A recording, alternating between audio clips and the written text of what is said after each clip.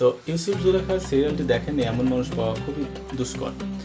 তো অনেকের মনে এই প্রশ্ন জাগে যে অভিনেতাগুলো অভিনয় করেছেন, বিশেষ করে জোসেফ, ইউসুফ আলাইসাল্লামের যে চরিত্রটি যিনি অবলম্বন করেছিলেন বা অভিনয় করেছিলেন, এবং জুলেখা যে চরিত্রটি, তারা বর্তমানে কেমন অবস্থায় আছেন এবং তাদের যে চেহারা সেটার বয়স বা তার চেহারাটা কেমন হয়েছে বর্তমানে।